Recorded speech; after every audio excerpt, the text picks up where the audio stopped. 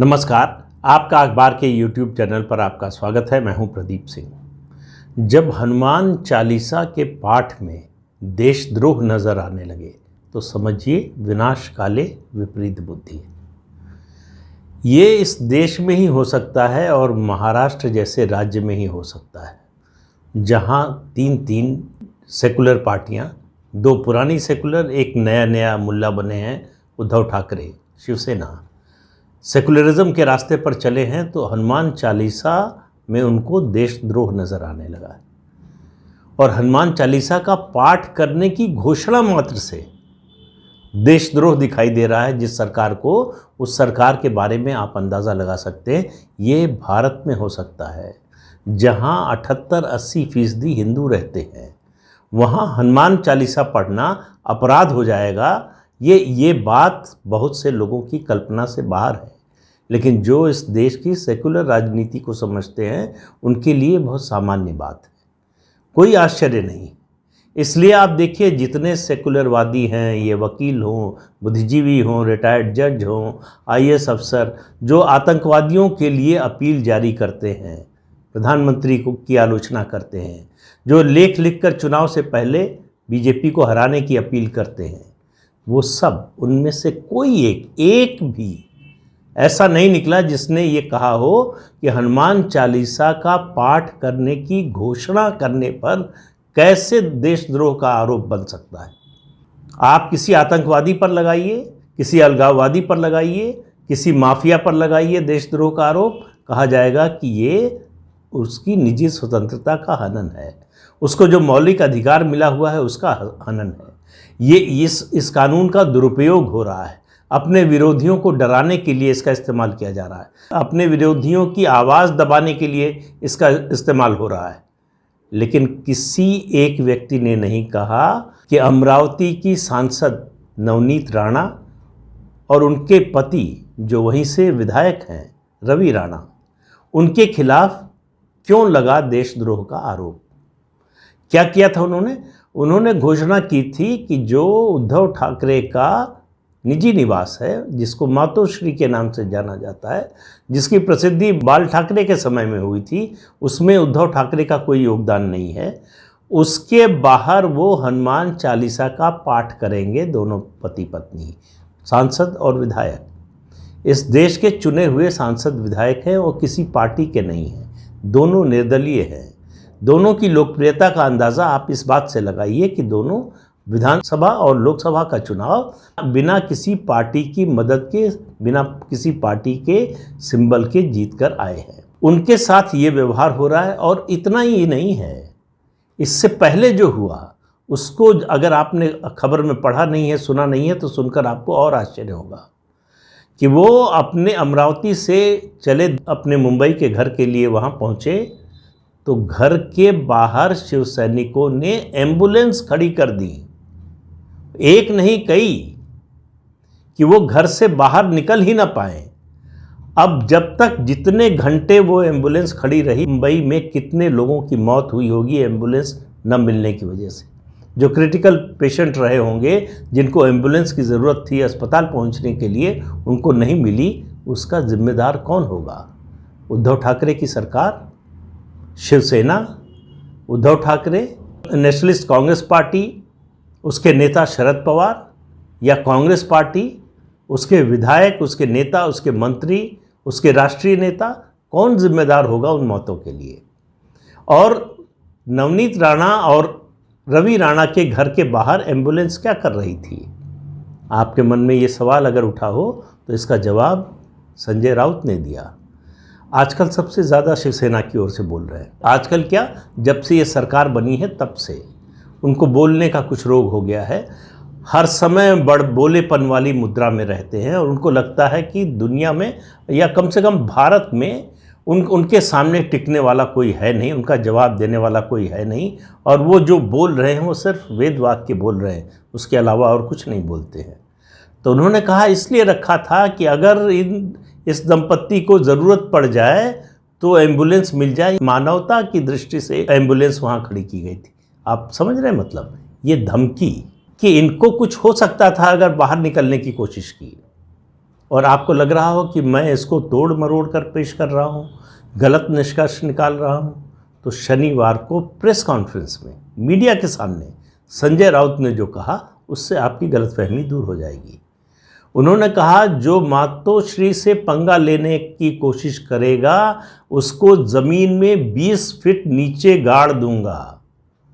ये राज्यसभा का सांसद बोल रहा है इस देश का। किसके लिए? एक लोकसभा और एक विधानसभा के सदस्य के लिए। इसके खिलाफ कोई कार्रवाई नहीं होगी। ये जो है सेकुलर बात है, इसलिए इसका विरोध नहीं होना चाहिए, इसका समर्थन होना चाहिए। और अब भी आपकी संतुष्टि ना हुई हो, अब भी आपको लग रहा हो कि नहीं ये हम मेरी ओर से आपको लग रहा हो कि ज़्यादा बढ़ा चढ़ा कर बोल रहे हैं, तो अगला उनका वाक्य सुनिए। उन्होंने लोकसभा सदस्य और विधानसभा सदस्य की तुलना बंटी और बबली, एक फिल्म थी अपराधियों पर, उनसे तुलना की। कहा कि बंटी और बबली जो है मुंबई पहुंच गए। उनका अगला वाक्य, जिससे आप पूरी तरह से आश्वस्त हो जाएं कि मैं जो निष्कर्ष निकाल रहा हूं उसमें कहीं से कोई गलती नहीं है। अगला वाक्य है, जो मातोश्री को चुनौती देगा वो अपने अंतिम संस्कार का सामान पहले से इकट्ठा कर ले। कोई गलतफहमी रह गई? कहीं से आपको लग रहा है कि मैं बढ़ा चढ़ा कर बोल रहा हूं या गलत निष्कर्ष निकाल रहा हूं? बहुत साफ साफ शब्दों में कह रहे हैं। और ये दोनों वाक्य, ये दोनों उनके कथन, ये एक तरह से हत्या की धमकी है, जान से मारने की धमकी है, जो संज्ञेय अपराध है भारतीय दंड विधान में। लेकिन संजय राउत के खिलाफ कुछ नहीं होगा, क्योंकि वो उद्धव ठाकरे जो चाहते हैं वो बोल रहे हैं। वो महाराष्ट्र की सरकार, महाराष्ट्र विकास अघाड़ी की सरकार जो चाहती है वो बोल रही है। इसके खिलाफ कोई नहीं बोलेगा। 14 दिन की जेल हो गई नवनीत राणा और रवि राणा को। किस लिए? उन्होंने घोषणा की कि मातोश्री के बाहर, अंदर नहीं, किसी दूसरे मजहब के जो पूजा स्थल पर नहीं, मातोश्री के बाहर सड़क पर हनुमान चालीसा का पाठ करेंगे। आप सड़क पर, चलती हुई सड़क पर किसी भी समय नमाज अदा कर सकते हैं, हनुमान चालीसा का पाठ नहीं कर सकते।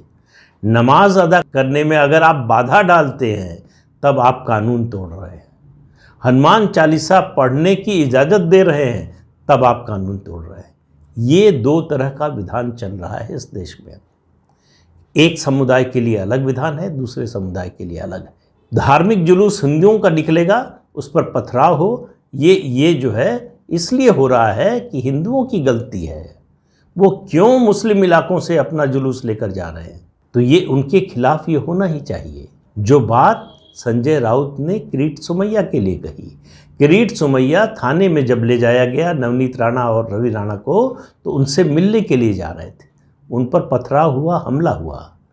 संजय राउत ने कहा कि देशद्रोहियों के खिलाफ कभी कभी ये पथराव होता है। अब आप समझ रहे हैं, अगर आप किसी से मिलने जो थाने में बंद है, मेरी नज़र में जिसका कोई अपराध नहीं है, उससे मिलने जा रहे हैं, तो आप पर पथराव हो तो ये जायज़ है। ये सत्तारूढ़ दल का सबसे महत्वपूर्ण नेता बोल रहा है। महत्वपूर्ण इसलिए कह रहा हूँ कि वो जो बोलते हैं संजय राउत, वो शिवसेना ही नहीं, वो एनसीपी की ओर से भी बोलते हैं। शरद पवार के बहुत खास हैं, बड़े खास रिश्ते हैं, और ये रिश्ते सिर्फ राजनीतिक नहीं है, उससे आगे जाते हैं। अगर आप महाराष्ट्र की राजनीति जानते हैं तो राजनीति से आगे जो रिश्ता जाता है वो एक ही ओर जाता है, वो है धन संचय का रास्ता। उसके अलावा और कोई रिश्ता वहाँ चलता नहीं है, और ये सबसे मजबूत रिश्ता है। तो इसलिए जो है संजय राउत की बात को ये मत समझिए कि एक नेता ने बोल दिया शिवसेना के, ये पूरी सरकार की आवाज़ समझिए इसको। इस पर उद्धव ठाकरे, शरद पवार, मुख्यमंत्री हैं अजीत पवार, उसके अलावा अशोक चौहान कांग्रेस के नेता जो पहले मुख्यमंत्री रह चुके हैं, इनमें से किसी की कोई आवाज़ नहीं आई कि संजय राउत जो बोल रहे हैं वो ठीक नहीं है। किसी ने नहीं कहा, देश के किसी बुद्धिजीवी ने, जो दुबले हुए जाते हैं देश में जनतंत्र की चिंता में, जो दुबले हुए जाते हैं इस चिंता में कि लोगों का मौलिक अधिकार पर हमला हो रहा है, जो सेडिशन को काला कानून मानते हैं, अंग्रेज़ों का कानून मानते हैं और इसे तुरंत ख़त्म करने की वकालत करते हैं, वो भी नहीं बोल रहे हैं कि आखिर भाई नवनीत राणा, रवि राणा ने ऐसा क्या किया कि उन पर देशद्रोह का मुकदमा चल रहा है। भारत तेरे टुकड़े होंगे इंशाअल्लाह, इंशाअल्लाह बोलने वाले, कितने अफजल मारोगे हर घर से अफजल निकलेगा, ये नारा लगाने वाले ये देशद्रोही नहीं है। इन पर देशद्रोह का मुकदमा चलेगा तो वो गलत है, गैर संवैधानिक है, ये सरकार की तानाशाही है, ये जनतंत्र विरोधी है। लेकिन अगर किसी ने हनुमान चालीसा का पाठ करने की सिर्फ घोषणा की है, उन्होंने पाठ किया नहीं है, तो आप पर देशद्रोह का मुकदमा चल सकता है। अब उनको 14 दिन जो है जेल में बिताना पड़ सकता है अगर उससे पहले ज़मानत नहीं मिलती है। तो ये अपने देश की न्याय व्यवस्था है। अब आप देखिए कितनी जो है समदृष्टि है न्याय की, कि आतंकवादी पर या आतंकवाद के आरोपी पर देशद्रोह का मुकदमा चले तो वो गलत है, उस पर जो देशद्रोह की धाराएं लगाई जाएं तो वो गलत है। लेकिन अगर हनुमान चालीसा का पाठ किया जाए और देशद्रोह की धारा लगे तो उस पर ये लगना चाहिए। ये बड़ी स्वाभाविक बात है और ऐसा होना ही चाहिए। 2 धाराएं लगी हैं, एक देशद्रोह की, दूसरी 2 समुदायों के बीच वैमनस्य पैदा करने की। उद्धव ठाकरे के घर के बाहर हनुमान चालीसा पढ़ने से 2 समुदायों के बीच में वैमनस्य कैसे पैदा हो सकता है? या तो उद्धव ठाकरे को मान लिया है कि वो मुसलमान है या गैर हिंदू है। वो उनके घर के बाहर अगर आप हनुमान चालीसा पढ़ते हैं तो उनके मजहब पर बड़ा असर पड़ता है। तो वो तो हिंदू हृदय सम्राट के बेटे हैं, बाल ठाकरे के बेटे हैं। उनके बारे में ऐसा हनुमान चालीसा के मुद्दे पर आप देखिए जिस तरह से डरे हैं उद्धव ठाकरे, और मैं कह रहा हूँ जो पूरी बीजेपी महाराष्ट्र की नहीं कर पाई वो नवनीत राणा और रवि राणा ने कर दिया है।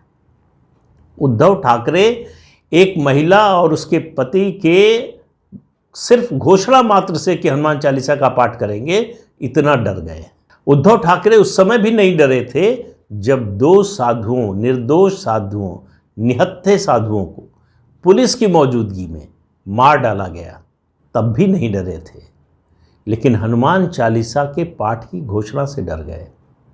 नवनीत राणा और रवि राणा ने जो किया है उसने राज ठाकरे को पीछे ढकेल दिया है। इस मुद्दे पर अभी तक राज ठाकरे जो है एक तरह से लीड लिए हुए थे, लेकिन एक घोषणा ने, मतलब ऐसा असर आपको राजनीति में बहुत बिरले ही देखने को मिलेगा कि किसी नेता की घोषणा मात्र से एक राज्य सरकार डर जाए। अगर डर ही नहीं होती तो ज़्यादा से ज़्यादा इतना सरकार अगर रोकना चाहती थी तो करना था कि वहाँ ये कार्यक्रम न होने देती, उनको हिरासत में लिया जाता, फिर छोड़ दिया जाता। लेकिन ये देशद्रोह की धारा लगाना और 2 समुदायों के बीच में वैमनस्य पैदा करने की कोशिश, वो किसी मस्जिद के सामने तो नहीं गए थे, किसी चर्च के सामने तो हनुमान चालीसा पढ़ने नहीं गए थे, न चर्च और मस्जिद के अंदर जाने की बात कर रहे थे। उन्होंने तो सिर्फ इतना कहा था कि उद्धव ठाकरे के घर के बाहर हनुमान चालीसा पढ़ेंगे, और खुद ही रद्द कर दिया उन्होंने अपने कार्यक्रम को। उसके बावजूद उन पर यह धारा लगी। और संजय राउत रुके नहीं हैं, वो धमकी दे रहे हैं और सारे हिंदुत्ववादियों को धमकी दे रहे हैं कि वो महाभारत रिक्रिएट करने की ताकत रखते हैं। सुनाई दे रहा था नवाब मलिक से, क्या क्या बोलते थे, डरता नहीं किसी से, हिम्मत है तो आओ। किस हालत में गए, अपने बड़बोलेपन में फंस गए। अदालत में जाके कहा कि हमको तो जो है ऐसे ही उठा लिया, मैं तो घर में बैठा था घर के कपड़ों में और ईडी के लोगों ने उठा लिया। तो जो बड़बोला आदमी होता है, बड़ा ओवर कॉन्फिडेंस होता है जिसमें ना, वो फंस जाता है अपने ही बनाए जाल में। जब ईडी के लोग उनको लेकर जा रहे थे तो उन्होंने उनसे परमिशन मांगी कि ट्वीट कर दें, जो ट्वीट किया भी उन्होंने। उस ट्वीट पर उनके पार्टी के लोगों ने जो है आगे ट्वीट किया कि हम डरते नहीं हैं, इनकलाब जिंदाबाद, इंशाअल्लाह लौट कर आएंगे जल्दी ही, अपनी मर्ज़ी से जा रहा हूँ, मैं तो खुशी खुशी जा रहा हूँ। ये ट्वीट किया नवाब मलिक ने। अदालत में ईडी ने वही ट्वीट पेश कर दिया कि इन्होंने, ये खुद ही कह रहे थे कि मैं अपनी मर्ज़ी से जा रहा हूँ, खुशी खुशी जा रहा हूँ। सो संजय राउत उसी रास्ते पर जा रहे हैं। उनका क्या होगा मुझे नहीं मालूम, लेकिन ईडी की जांच उनके खिलाफ भी चल रही है और उनके पूरे परिवार के खिलाफ चल रही है। और उनको बचाने में उनके अंकल शरद पवार भी कामयाब नहीं हुए हैं। वो खुद अपना पसीना पोंछ रहे हैं। उनको समझ में नहीं आ रहा है कहाँ जाएं मदद के लिए। और मोदी जी की बड़ी गलत आदत है, वो ऐसे मामलों में दोस्तों की भी मदद नहीं करते। तो शरद पवार खाली हाथ लौट कर आए मोदी से मिलकर, कुछ हुआ नहीं। तो संजय राउत का क्या होगा? एक ही बात कहूँगा, कर्म गति टारे न टारे।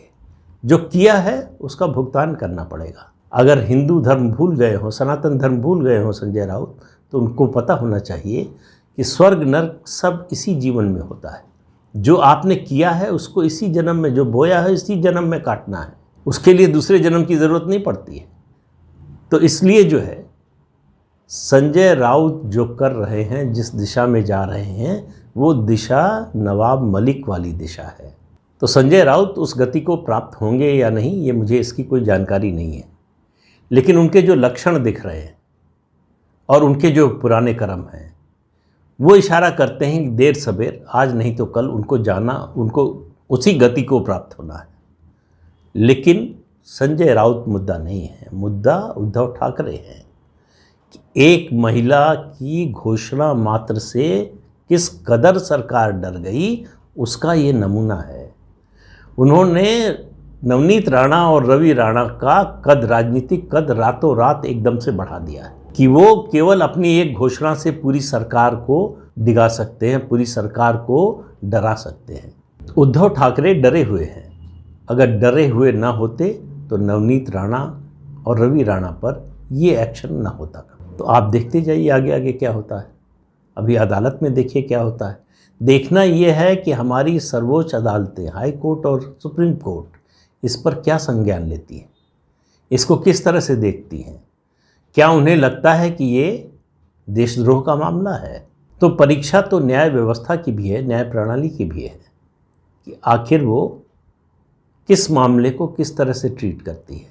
अगर बुलडोज़र रुकवाने के लिए 5 मिनट में सुनवाई हो सकती है, तो क्या देशद्रोह का आरोप हनुमान चालीसा पढ़ने की घोषणा से लग सकता है? इस पर कोई स्वतः संज्ञान लेगी कोई अदालत? मुझे तो नहीं लग रहा है। अगर लेना होता तो शायद आज तक हो गया होता। मैं जब ये वीडियो बना रहा हूँ तब तक तो ऐसी कोई खबर आई नहीं है। तो इंतज़ार कीजिए, मैं भी इंतज़ार करता हूँ, देखिए क्या होता है। तो आज के अंक में इतना ही। अगले अंक में फिर मिलेंगे किसी नए मुद्दे के साथ। तब तक के लिए इजाज़त दीजिए। आपसे अनुरोध है कि ये चैनल देखिए, शेयर कीजिए, लाइक कीजिए और सब्सक्राइब